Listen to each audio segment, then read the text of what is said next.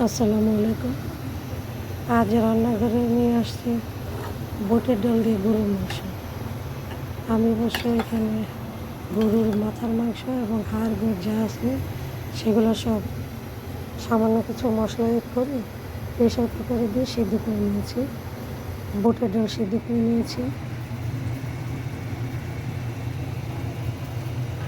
চুলায় কড়াই দিয়ে বেশ খানিকটা তেল দিয়ে কিছু গোটা গরম মশলা দিয়ে দিচ্ছি। মশলাগুলোকে ভালোভাবে ভেজে নিয়ে যখন ফ্লেভার বের করবে তখন এর সাথে অ্যাড করবে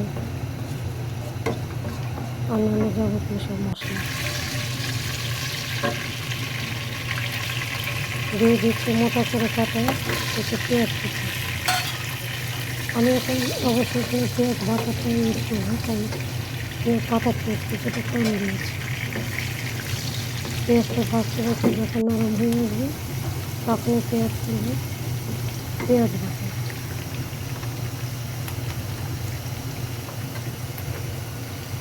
পেঁয়াজটা বেশ নরম হয়ে এসেছে, এবার এখানে দিয়ে দিচ্ছি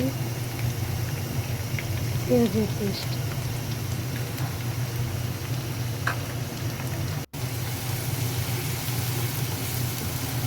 পেঁয়াজটাকে ভালোভাবে ভেজে যখন এর থেকে কাঁচা গন্ধটা চলে যাবে তখন এতে দিয়ে দেবো আদা বাটা, রসুন বাটা।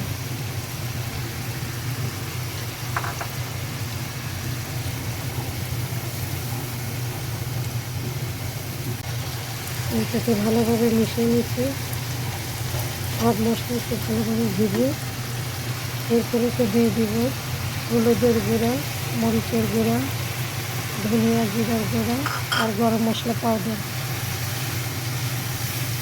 গরম মশলার সাথে যে সমস্ত আইটেম আছে আমি সব একটু করে নিয়ে ব্লেন্ডারে ব্লেন্ড করে নিয়েছি। সামান্য একটু পানি দিয়ে দিলাম মশলাটাকে ভালোভাবে কষানোর জন্য।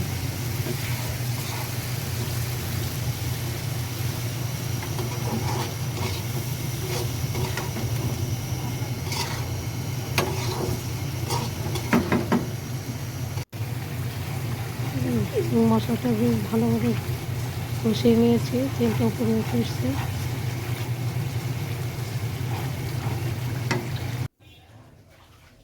এখানে আমি ডাল এবং মাংসটা দিয়ে দিয়েছি, দেখতে পাচ্ছেন। এদিকে আমি রুটি ভেজে নিচ্ছি, প্লেন রুটি। এই রুটির রেসিপিটা একদিন আপনাদের সাথে শেয়ার করি। এটা তেল ছাড়াও ভাজা যায়, নানের মতো লাগে। এটা খুব টেস্ট, খুবই সফট, স্মুথ এবং টেস্টি। আমি পরিবেশন পাচ্ছি সব সাজিয়ে নিয়েছে, দেখতে পাচ্ছি।